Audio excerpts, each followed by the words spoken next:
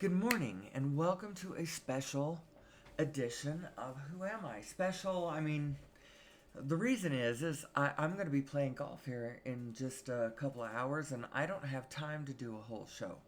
So, since I'm not going to do a whole show, I'm just going to do what I'm going to call a special edition. Like an hour version, I could talk about whatever I want to talk about. That's more what I like to do anyway. The other thing I do, just because I want to get every member, every person who ever listens to what I'm talking about, I want to get them up to speed so they understand what I'm talking about. So I'm always going around my little circle of everything that touches to everything. Law of attraction meets unified physics meets genetic modification meets vibrational laws of the universe meets whatever. I don't know. Who am I? It's my thesis question. I believe that the answer solves all of our problems. The general answer. Just understanding generally how we function. That's it. That's all I'm talking about. Everything else I leave to individuals to call for themselves. I do not claim to have any kind of magic answer for everybody, but I do claim to have a general understanding of what the general problem is. And so to that end, we ask this question. Who am I? Where did I come from? Where am I going? Why am I here? How does my biotechnology work? What is this medium I am swimming in? How does matter, how does reality come into being? What is this rolling manifestation of constantly changing flux? That's the one rule. Well, there's 5 rules. 5 things you cannot change. 5 things, 5 things you cannot change. The first one is you exist. You exist. There is nothing you can do to change that. These are all from Bashar. But I'm buying it. I'm buying this because actually I've been saying it myself. I call it, because I believe that the greater part of ourselves is connected to all things and never going away. In other words, eternal. The greater part of yourself is eternal and connected to all the rest of the things. This is your source energy side. And I've been saying for a while that how I see it is, what your consciousness is think of it as, and now just trace it all the way back to your mind's eye. Just let your body fall away. Trace it all the way back.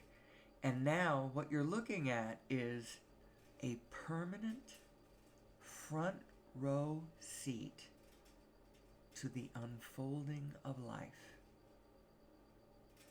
An eternal front row seat to the unfolding of life. Anyway, the 5 things are, the first one is you exist. There's nothing you can do to change that. Everything is here and now. There is nothing you can do to change that. Let's see.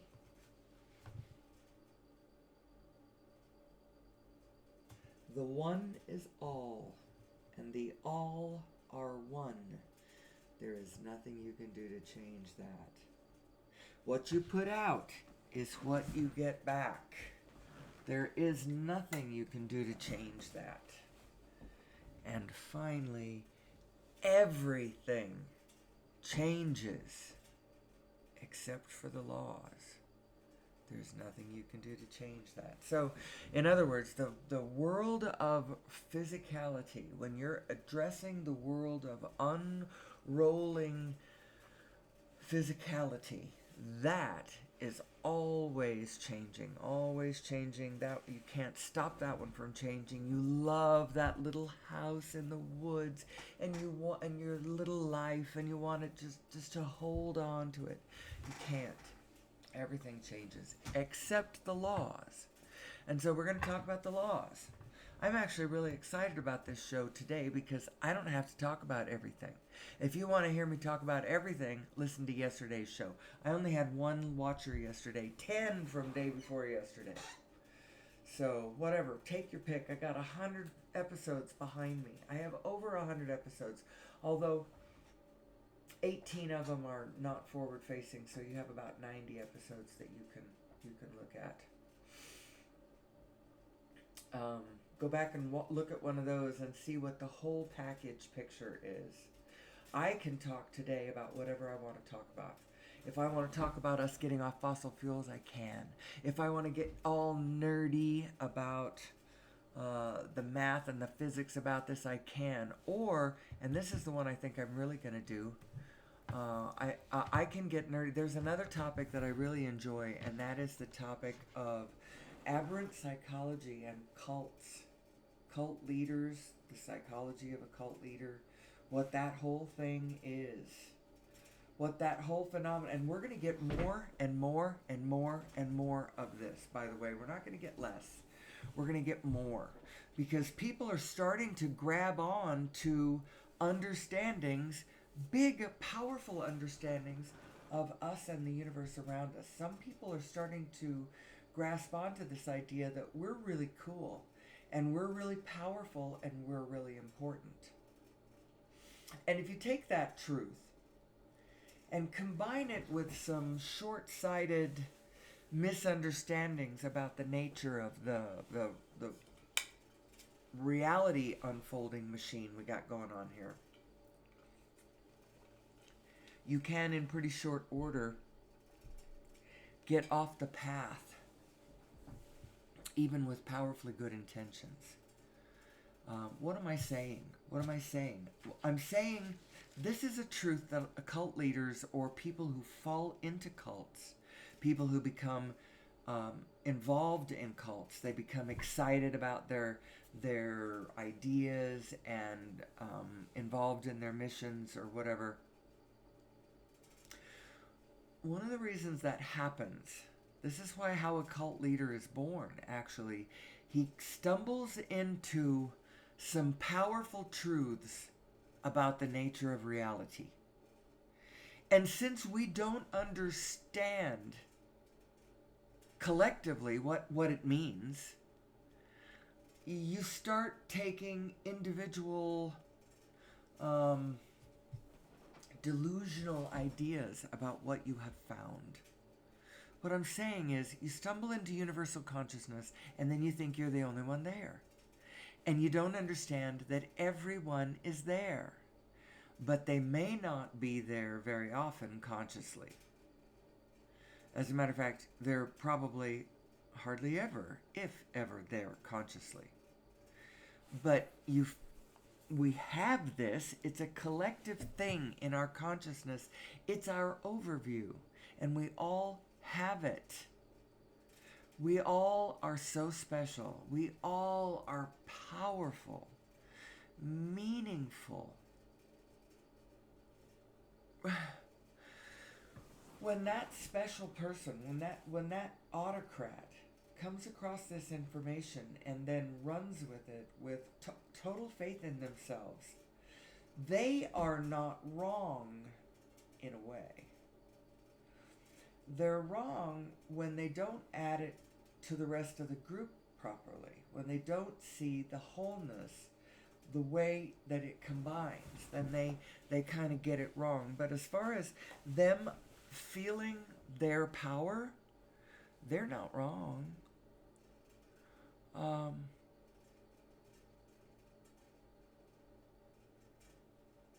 So what do I want to say about this? I get glimpses of this all the time, a kind of understanding that it isn't that we need to go to the person who's acting up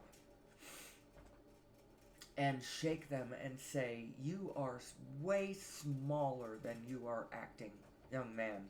Get back into place and quit being such trouble for the rest of the group. What it is we have to rise to their level.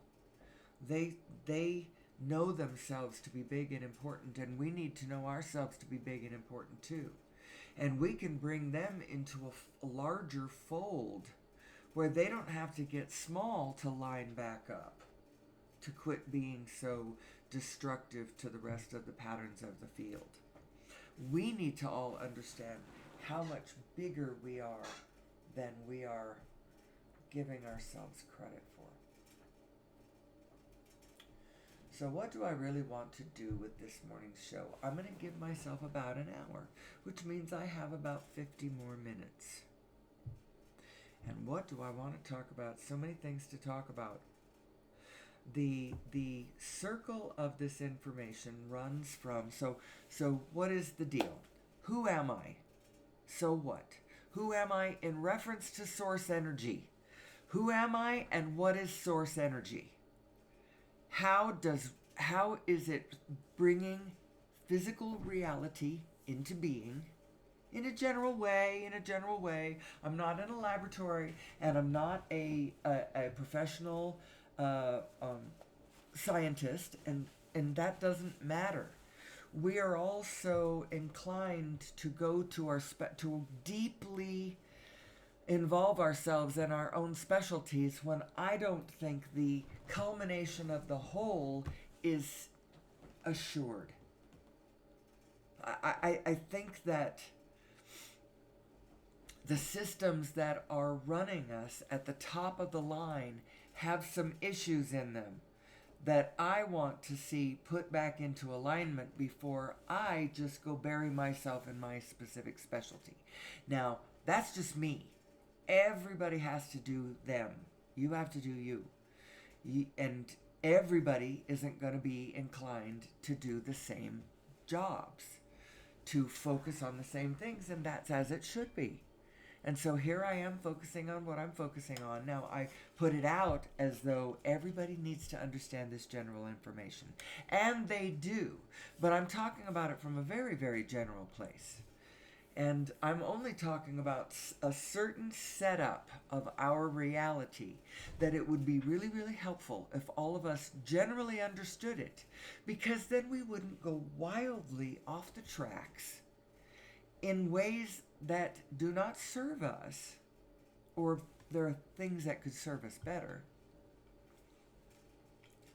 just because of a minor misalignment with our view of reality. What on earth? I guess it's...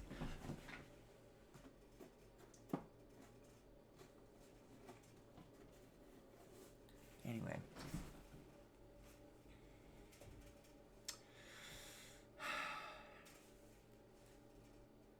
I've been resisting for the longest time anything like starting a new religion.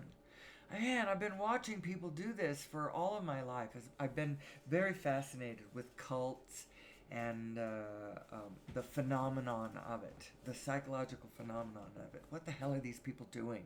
What is wrong with them? And I'm starting to see what it is. What it is we're not understanding the setup that we are born into. And then in our misunderstandings, we flail around in a funny way, you know. It's the 5 kleshas of Buddhist philosophy. You know, I don't mean to be a Buddhist. And I'm not a practicing Buddhist or anything like that. My daughter and I, when she was about 15 years old, she was going through, you know, the trauma of growing up, you know, and whatever she was having issues with, emotional issues, and I was seeking relief. And we found some with a local Buddhist chapter. It was kind of a different group of Buddhists. They were descended from Tibetan Buddhists, but they were Kadampa Buddhists. They were a little more evangelical in their approach, and they were a little more secular in their approach, a little more denominational. It was interesting. It was like this guy who was a Tibetan Buddhist monk who had fled with the Dalai Lama, you know, back when everybody else did.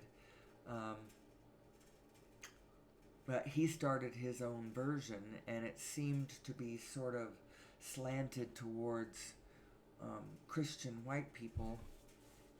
Anyway, it was interesting. I'm not a Buddhist, and I haven't been to a Buddhist thing for a long time, but I found this, and it just struck me. It was in a book I used to give to people, kind of the way, some evangelicals give Bibles. I used to give away the Book of Secrets, Deepak Chopra. Now, there's so many other, at the edge. I don't know why I stuck on that one. It just really spoke to me. It started out by talking about unity consciousness. And it helped me pull my consciousness together into this unified place, where I was like, oh yeah, I this is so important. And then there's a chapter in there, chapter 8, and evil is not your enemy, as it psychologically talked about what the problem was with things that unfold. It talked about the Stanford prison experiment, and then also talked about the Holocaust and how that was all caused by a whole society agreeing to this us and them paradigm, to villainize the other, the capital O, and that's the energy set up that causes that to play out that way. We've really got to be careful, people. We are sitting on a powder keg. We've got a wolf by the ears. We need to understand who we are. It plays out in an ugly way sometimes when we do not. It played out in a really ugly way last century, and it plays out in little pockets of ugly. It doesn't have to get all the way to full-blown 20th century, Nazi perpetrated Holocaust to be demonstrating to us the power of this energy pattern that plays out in the human psyche.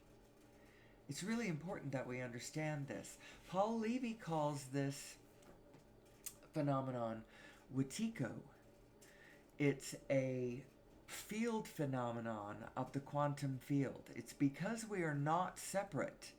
We want to be separate. We think we're separate. In a way, we have utter autonomous control over how our little spin, our little personal vehicle maneuvers through a way more complex field of experience than we're giving it credit for. If you're just looking at the flat,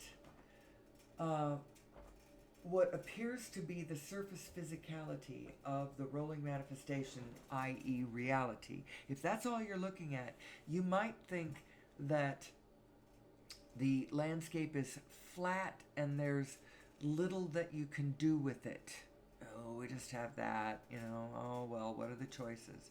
But in actual fact, if you understood the depth and layers and dimensions of what you were looking at, you would know that you have control of a length and breadth of experience that you can navigate with and spark the emotional ignition of hit all the notes you want within yourself by simply having perfect, increasingly better control over your point of autonomous spin. So you're inextricably part of a whole field phenomenon on the one hand.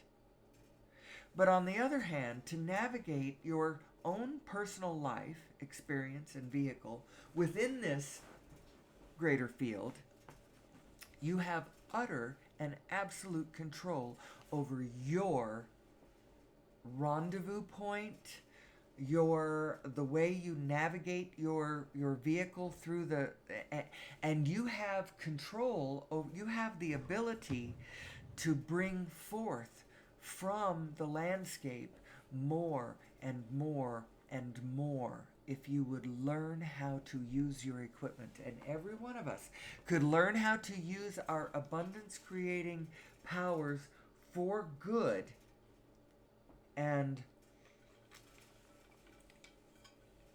we readdress Mother Gaia. We use this abundance creating machine that we have been blessed to be born into, and we start operating our equipment correctly.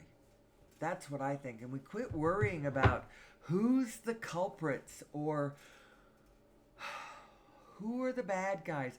You know, I just watched it yesterday. It's a single show. It was a 2-hour show, but it's not a series documentary. It's not a docu-series. It's just a single show about Scientology. Really interesting. I didn't dabble with Scientology. I looked at the book Dianetics, and in my mind, in my consciousness, I passed the ideas over my mind and tasted them. I was trying to figure out what they were saying. What are you saying? What do you think? What do you think is going on?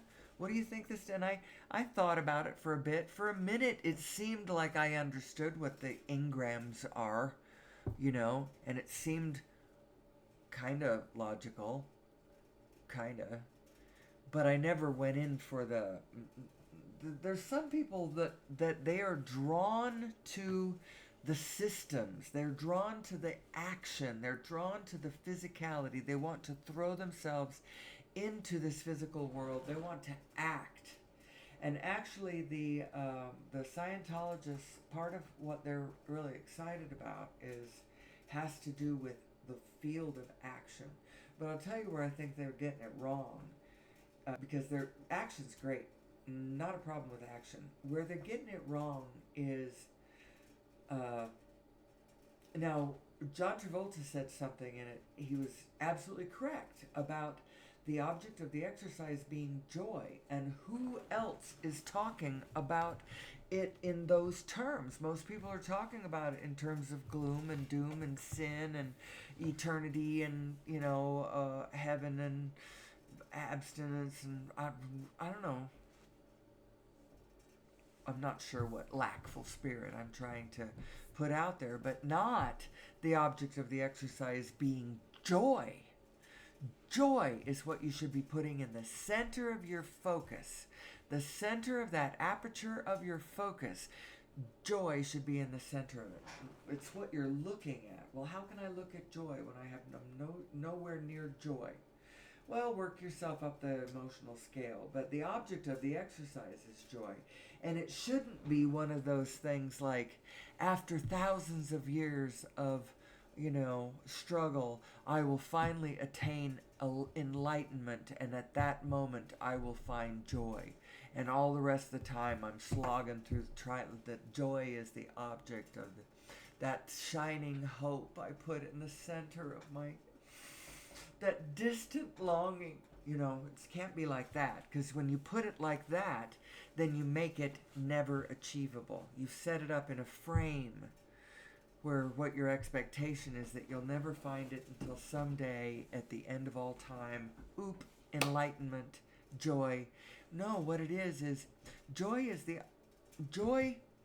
is we're supposed to be having fun at this. We are supposed to be having fun at this. What? What? We're supposed to be having fun? Yes. If you feel good, then you're doing it right. And if you don't feel good, you're not doing it right. And it has nothing to do with how many objects you own or exactly what your situation is in physically in any moment. It has nothing to do with any of that. You can have great fun and own nothing, and you can own $1 billion empire and never have any fun at all. It is possible to go either way. They have nothing to do with one another. It has to do with how you in your spirit are oriented. Do you know that you're supposed to be having fun? Or at least you're supposed to be at least gently content. I think that's the baseline.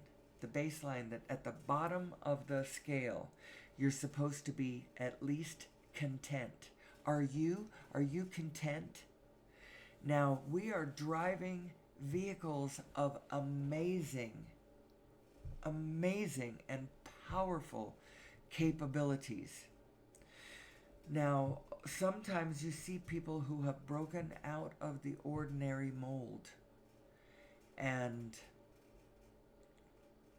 sometimes they break out of this ordinary mold and then they go off the rails and they take a lot of people with them. Now, along the way, it looks like for a minute, there's a moment where everything's really good, or parts of it are really good, and everybody's getting really excited about it. They're having fun, or systems are starting to throw into gear. The trains are running on time. You know, everybody's back to work. We're building things, and we're getting excited about it. You know, there's a moment at the beginning of the cult, or you know, whenever they go up to Oregon and they're all they're working in the fields and they got their purpose and they're, I don't know, whatever. There's a moment when it's going well. We should look at those moments because they're not all wrong. Everybody is not all wrong, and when we throw the baby out with the bathwater, we force the experiment to run again. Oh, let me see that one more time. So I can see what part of that was good. You know, even part of what Hitler did was good. Although the impetus of it, the reason that he was so focused and excited about that, there was a big problem there. I mean, his ultimate philosophy about reality was completely foolish and utterly wrong, which is why he failed. And why right up until the end he was absolutely convinced that he was going to win, because he was so sure that his theories of the master race and stuff were true, and so there's no way that the master race, the superior being, the one who's right, there's no way that he could lose. And so somehow victory is going to be snatched from the jaws of defeat here somehow. But he was wrong because his paradigm was wrong. What he was looking at was wrong. It is not us versus them. And when you play it like an us versus them, then you're crosswise to what your inner being knows to be true about the situation. Your inner being knows that it is not us versus them. Your inner being knows that it is a cooperative effort, that we are a unbroken quantum Planck field of energy, exchanging energy and information across the universes. We are a holographic wholeness entity. We are cells in a greater being. And you can track the greater being into all kinds of levels. You can go all the way to the allness, because we are indeed the universes. Or we might as well just stop at one universe is good enough, although there's many universes. We are a whole universe. You probably have to go down to the sub-Planck or pop out to the mega universe, or whatever the double the universe size would be. I don't know how that works. It's all nested dolls, Russian dolls, nested universes. That's how this universe works. If everyone, I think that this is the only thing that anybody needs to know. The only thing that anybody has to know. And then the rest of it is kind of like optional. And then whatever you feel inspired from where you are and from who you are, now go specialize. And then bring your information back to the whole that we know as all of humanity with a capital H. There should be no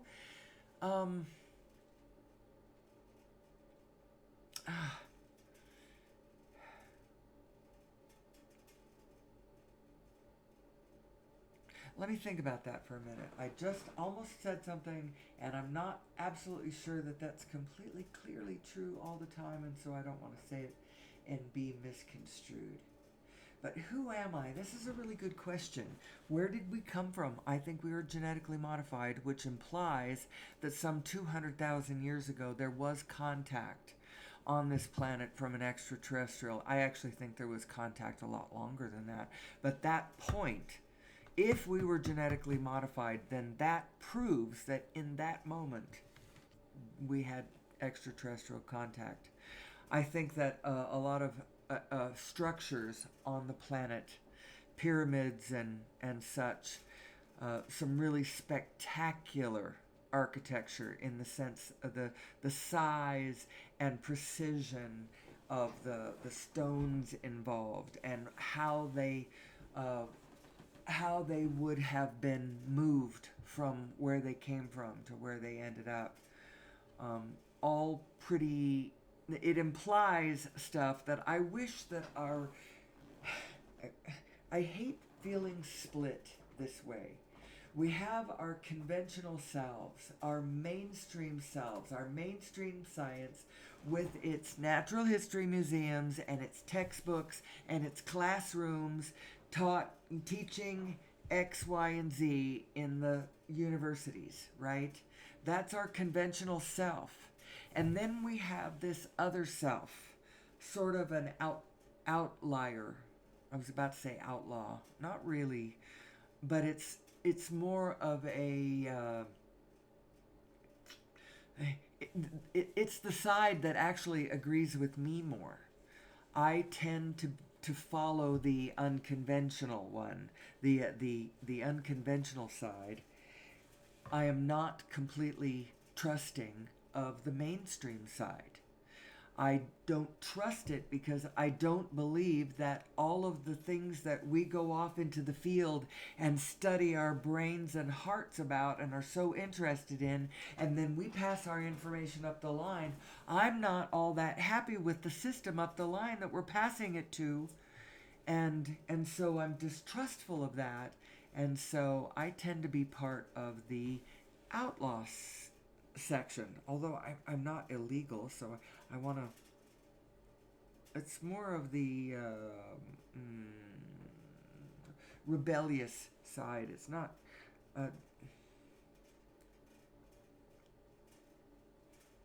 I don't know. I am a boomer. I was a little younger than the hippies. In 1968, I was 8 years old, so I wasn't really one of those boomers who was,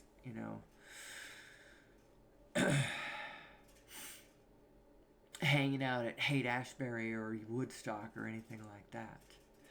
But I do have a tendency to be a bit on the distrustful of the mainstream system because we're not. I want to see our mainstream mind turned to this new unification physics idea. I want to see our conventional self, our mainstream self, turn and look at the geology of the planet, or not the geology, the anthropology of the planet in new eyes. Somebody was pointing out something. What was it? Yeah, I was watching some dude on YouTube. He's got quite a channel going. Something Soul. It's not Super Soul, that's Oprah. And I can't remember his name or anything, but he was talking about. I'm so sorry. If you've been following me, then I mean just in this last sentence, not through my shows. I'm so sorry. I was thinking about something, and then I thought of a reference, and then I'm thinking, where did I think of that from? And then I remembered where I thought it from, and then I forgot what I was talking about. So I am so sorry. I am completely lost in my own whatever. So we're gonna circle back around and start over again. Who am I, right? And what's the deal? How Oh, yeah, I know what I was talking about. I was talking about wishing that that our conventional mainstream, who mostly we are, would be more flexible. Because what's going on is there's old ideas that are holding on. They're holding on in the textbooks and they're holding on in the natural history museums and stuff. And they're not, it's like we pronounced this is this is what it is, and we will never get better than this because we are at the top, we are at the apex, we know the truth. Why would we ever need to change this? And the people who own the rights to that was it, there's a guy, there are forces, there's a guy but there's forces that want to hold the old ideas into place. Forces as in like the people who own the rights to the textbooks, who are making there are universities that are forced, I mean they are required to buy these textbooks from this guy that say this material. He has no interest in any new material coming to light. Any new sort of extraterrestrial studies. There should be at least that in college. Extraterrestrial studies. Up until now, that would have been considered quackery. But you could start with the history of UFO sightings and all of, just put forward everything that has come to mankind on this topic and put it together. We're badly schizophrenic right now in our collective self, and we need to get it together. We need to pull it back together. We need to find ourselves. We need to know ourselves. We need to know who we are. And individually, that's going to mean each individual's got to go figure out who you are. And then, individually, be inspired to go do what feels best to you. Now, one of the problems with cults is they have this weird thing that happens where they end up like cutting off their former life, when actually I think if I was to start a new religion, it wouldn't be one that met together. It would be just a religion of thought that goes back into the world and applies this new bit of information on everything that you already know and love and are, and take this new information, ingest it into your iOS, and then plug yourself into source and follow your own impulses. I have never been good at telling anybody else what to do, and I'm not going to start now. I have suggestions and processes, and I have ideas about, seeing more clearly who we are and how our equipment is working and how we get crosswise of ourselves, and when we get crosswise of ourselves, what sort of energy phenomenons do we create, and then what happens, what is the result of those energy phenomenon, especially when they start glumping together into chaotic storms or pockets of coherence, and how can you encourage one and discourage the other? How can you move more clearly, more cleanly, more joyfully towards what you want, instead of just eternally, randomly being blown about by the winds of fortune?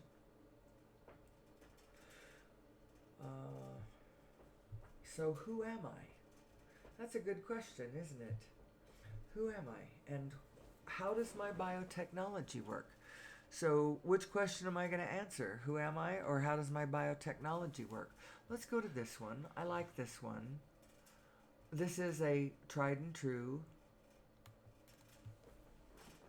oh, you know what? I know what happened. Huh. All right. No, I'll check this out when I'm done. My computer rebooted, and then OBS wanted me to do something, and then it doesn't matter. You can't see my studio, so I don't know why I'm telling you this. This slide right here represents to me your two selves. You vibrationally have two minds. You may not have known that you had two minds. You know about the one mind. That's the one mind where you're thinking, where you can choose different thoughts. It's where your consciousness is, where the seat of your vehicle is sitting right there at the center of your consciousness, which is at the center of that little one. But you have another mind, and it's always thinking positive, and it's always thinking loving, expansive, eager, interested, possibilities. It's always looking forward. Always, always, always looking forward. It's happy. It's perfectly content in the nature of the universe. It knows who and what it is. It is the quantum field. It can become anything. Anything. And it knows that it is a machine, of a system of such amazing and incredible abundance creation. It is all about joyful desire fulfillment. Usually it happens over eons of time in an incremental way, because the askers are creatures in the system that are just looking at what is, and in a very soft way asking for what they want, but what they want isn't so off from what's there in the field, so it's not like things very, very incrementally change over a long period of time. Human beings are different. Human beings have been given a layer of brain that gives us a bit of a difference to us. It gives us, it gives rise to this right side that you see here. This independent aperture of spin, this your thinking mind, your overview mind that can get past the impulses of the environment, that's either threatening or gets past that and can think bigger thoughts. That's what our genetic modification gave us. And it's a very interesting thing that it has done to us, because it allows us to imagine way past what is actually present in the moment, which is different than what other creatures do. But somebody gave us this ability, and they gave it to us sort of prematurely. We needed to evolve to it over eons instead of being granted it with one freaking GMO modification. How does it feel to be GMO? We genetically modify all kinds of plants and animals all the time. How does it feel? Maybe we shouldn't be doing this. Maybe we should let the systems of natural processes do it, because it knows how to do it in alignment. But we got to play the hand we've been dealt. And so now what the answer is we've got to understand, we've got to better understand what our nature is and deal with it. What we don't need as a human species, we don't need better laws.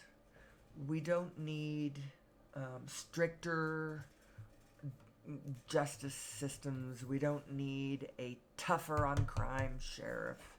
You know, what we need is a better understanding of the spirit and how and why it works the way it works, and not from a private uh, everybody believe their own gobbledygook position, but just from a matter of fact, let's just talk about this. And I would present this information to everybody rather humbly.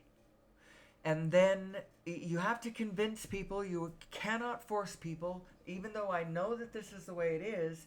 If I was to force this information, then it would start to distort the truth of this information. If I can just put it out there and allow everybody to take it up on their own and decide how it fits into their machinery on their own, and then, you know, see how everybody thinks that it fits, that's a different story.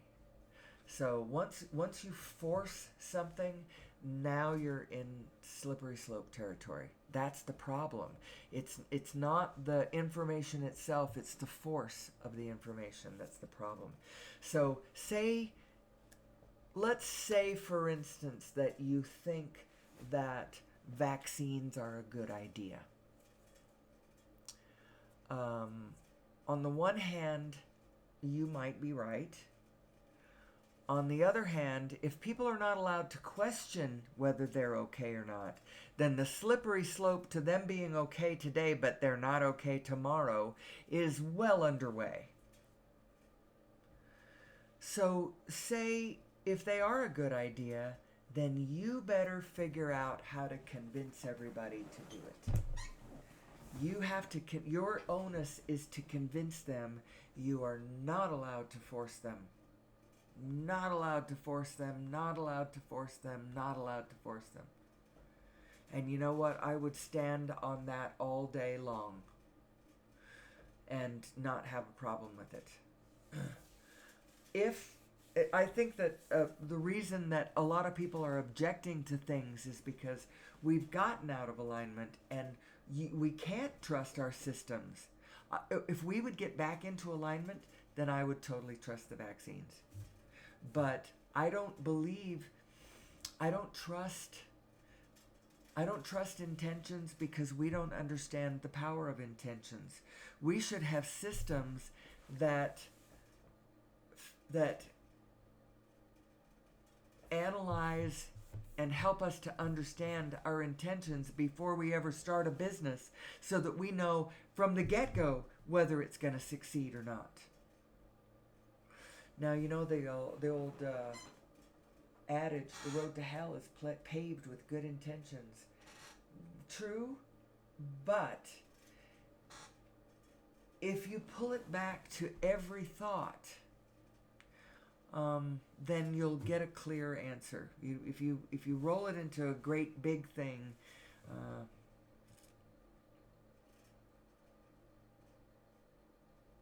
well, I have just walked myself into a place where I don't know what I'm talking about anymore.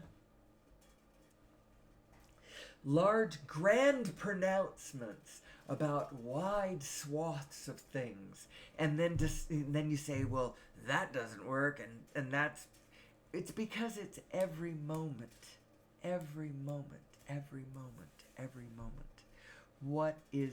Where is your impulse coming from? If it's coming from love, it's clear. If it's coming from fear, it's not. And every within your organization, every aspect of it that is pinging off fear is out of alignment. You just can't move from an impetus of fear. Other than you can run away from the tiger, but you can't evaluate the world from that position. It's not a valid position to evaluate the world. Your eternal source self knows that it is blessed. It is not only blessed, when we understand this system that we're living in, we will be so jazzed because Our problem is coming from us not understanding it, not from it not being a really cool system. When you understand it, it works for you, and you can make anything happen. And when you don't understand it, it beats you up. You have to always be moving forward from a positive position, because that's what your inner being is doing. That's why you need to do it. Now, it's who you really are, and it's what we are really all about. And when you keep up with your inner being, you're in a place of positive, hopeful, loving cooperation, co-creation, joyful. We're supposed to be having fun at this. Your default setting is actually, I'm not sure if it's joy, but it's gentle good humor. You have a default setting that is actually in the positive range. It's not in the negative range. Negativity is not, chronic negativity is not normal. It's not natural. It's not using your equipment properly. If you are in a state of chronic negativity, then what has happened to you is somehow you have gotten the aperture of your focus of the one on the right, because the one on the left will never do that. Of your physical specific mind, you've gotten that aperture of your focus fixated, transfixed. Somehow you are glued to some aspect of the physicality of the rolling manifestation around you, and you're locked onto the darkness of something. You are locked into a fearful loop of reaction, and it's causing your physical body stress, and eventually that translates into disorders of whatever kind, disease of whatever kind, physical, and eventually, you aren't really made to hold it together forever. And so as you hold on to some things in alignment, you lose your grip on other things, and at some point you probably are going to fall apart. Now, I do believe that life extension, human longevity is, and human longevity extension is absolutely a possible thing. Nassim Haramein and their team of scientists over at the International Space Federation, they're working on all kinds of things, from tapping into the quantum field itself in order to produce an energy effect, to extract energy directly from the field. That's one thing they're trying to do.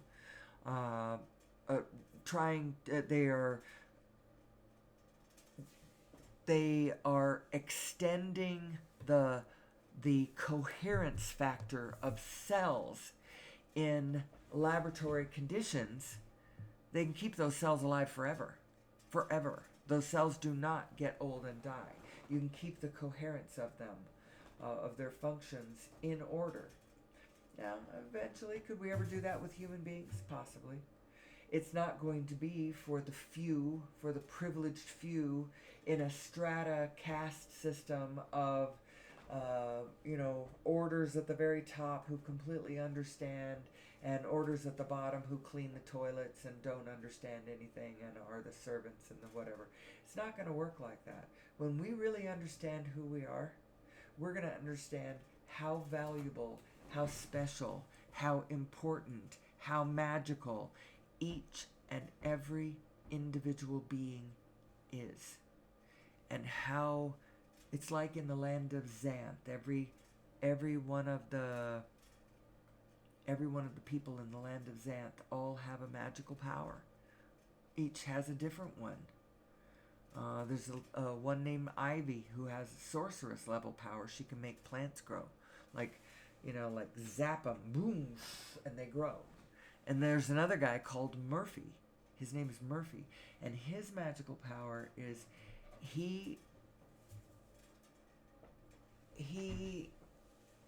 his presence causes anything that can go wrong will go wrong.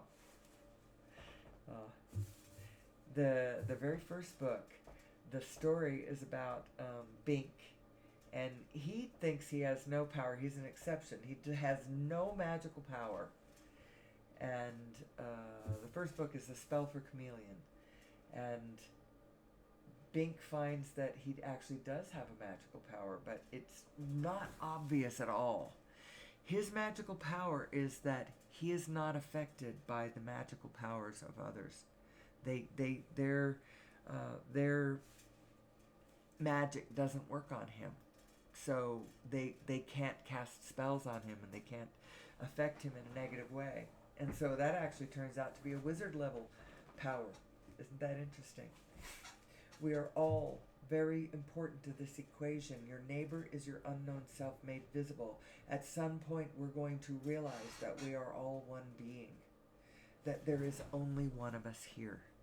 And I was about to say all the different layers of oneness that we are, because we are the whole, we are the all, we are the universe, we are the almighty. We are it. But we're also the single morphogenetic field of humanity. And we are a complete integer data field at that level. And then we are also our nations and our states, especially when our states have, a kind of identity that comes with them. And then we are our cities, our neighborhoods, our families, our bowling teams, our religious affiliations, our work sites, our work projects. We're all of these things. But we are one. And there is only one of us here. And in order for us to make it to the end of the 21st century, into the 22nd century, the way for us to make it to our sustainable selves is we need to know who we are. And we need to get into alignment. We need to get our systems in alignment with sustainability. How do you do that? Get it into alignment with reality itself. How about that? Don't make things that you can't recycle. Don't make things that are noxious and toxic forevermore. That's so out of alignment. That's so stupid. That's so crazy out of alignment with reality. But now, so I have 3 minutes, so I can't. I can go 5 minutes. I would love to launch into a longer talk about the law of attraction and the laws, the steps of creation, 1, 2, 3, 4, 5. And this is so important. The step 2 is the most important one to know about.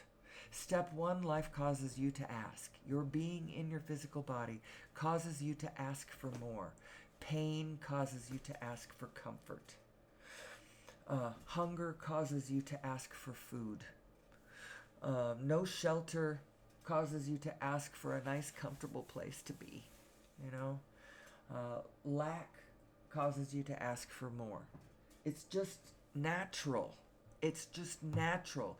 And these rockets of desire, they just emanate off you in an energetic kind of way. It has to do with your energies and your consciousness and your quantum configuration, basically. It has to do with all of that. It naturally happens. Your asking causes a vibration that source answers with an implicate positive answer. It's the answer to what you have asked for. You ask, source answers. Your answer is given. Your solution is there. It's a vibration, though. And if you want to translate it from that vibration into physicality, like into fixing that physical problem that actually caused you to want that, what you need to do is you need to go find the vibration of the answer, and from that vibration, source will give you the impulses to bring your solution into physicality. That's the way it works. Ask and it is given. Source answers you. And what it is as you've lived your life, think about your memories. Go into your memories and think about this. You can see how it's true. Your source, your best side, your best self, that aspect of you that is love, that is non-resistant wholeness, that has all the ideas and the eagerness and the passion. I see it. I see that self exists. It's with you at all times. Get in touch with it and it will show you the way to solve all of your problems. You don't think of them as problems. Think of them as opportunities to live an amazing, satisfying life experience. Learn how to fly your vehicle. Learn how to fly your starship. I call it the HBV. Your HBV is your human being vehicle, and it consists of these two parts. And when you put these two parts together and combine them together, they become a third thing, which I need to have a picture that shows that. These two parts of you, I'm showing them as separately, but they are actually tethered together at the bottom. And then you're either spinning with source or you're off on your own without source. That's up to you. That has to do with what thoughts you are thinking. Are you thinking in a dark, negative space, or are you in a hopeful, happy place? Are you in your correct default setting of alignment and at least satisfaction?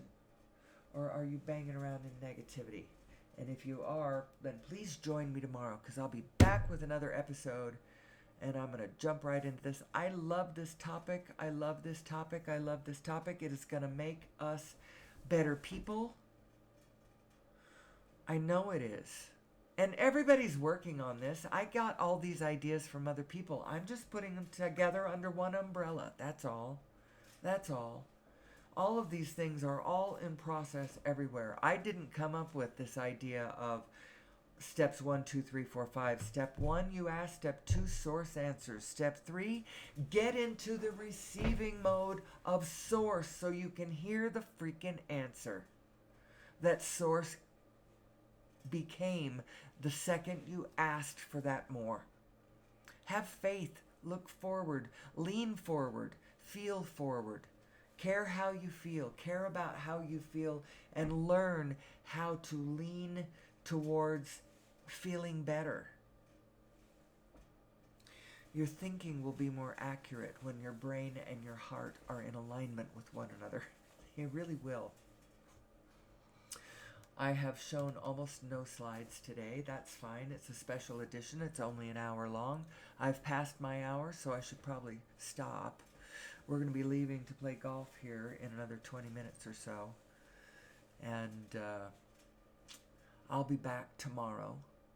This is your emotional guidance scale, which is what happens. This is the result of this configuration.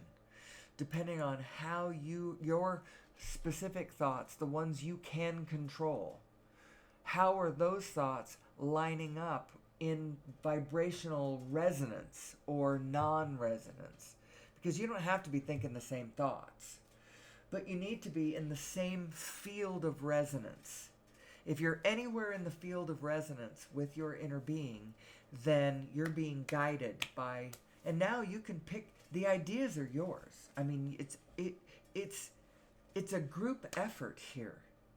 Source can't do it without you, and you can't do it without Source. So let's pull together as a team, everybody. Source plus... Anyway, so many things to talk about. Here, this is the paper, origin, mass, nature, gravity, blah, blah, blah, blah, blah. I'm not going to do this. This is my links list. I'm not going to do any of that. As a matter of fact, I am done. So until tomorrow, when I absolutely am going to come back into the same space, and we're going to talk again and again and again and again and again. Who am I?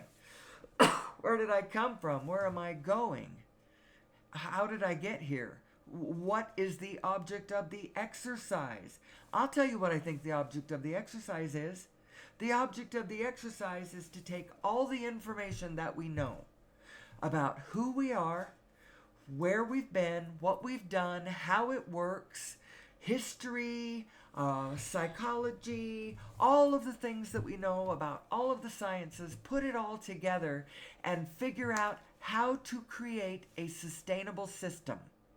And I'll tell you how to create a sustainable system. Teach everybody how to plug into Source, and Source will organize us in a loving, kind, symbiotic, uber efficient, win-win creating paradigm. The law isn't going to do that for us, but Source can do it. And with that spirit, with that thought, with that idea, I'm going to leave you. I'm going to leave you until tomorrow, when I will come back and I will do a full-length show, which a full-length show is at least an hour and a half, falls somewhere between an hour and a half and 2 hours long. So join me, please. I love you. I need you. The ears on this show are vitalizing me. Back when I was just recording to nobody, you know, I was getting a bit lackluster. But I'm starting to feel more energy about this. This is going to free us. It's going to free us from tyrants. It's going to free us from cults. It's going to free us from the crushing, oppressive arm of an over-exuberant law enforcement. It's going to free us from war. It's going to free us from fossil fuels. It's going to open up the universe to us for our true 22nd century and beyond selves. The object of the exercise, people, is to build systems that are sustainable. And they won't be sustainable unless they are in alignment with reality. So let's get a grip on reality and build our systems. And until tomorrow, when we will talk about this again, I love you. I wish you well. I bid you peace. And most importantly, may the Source be with you.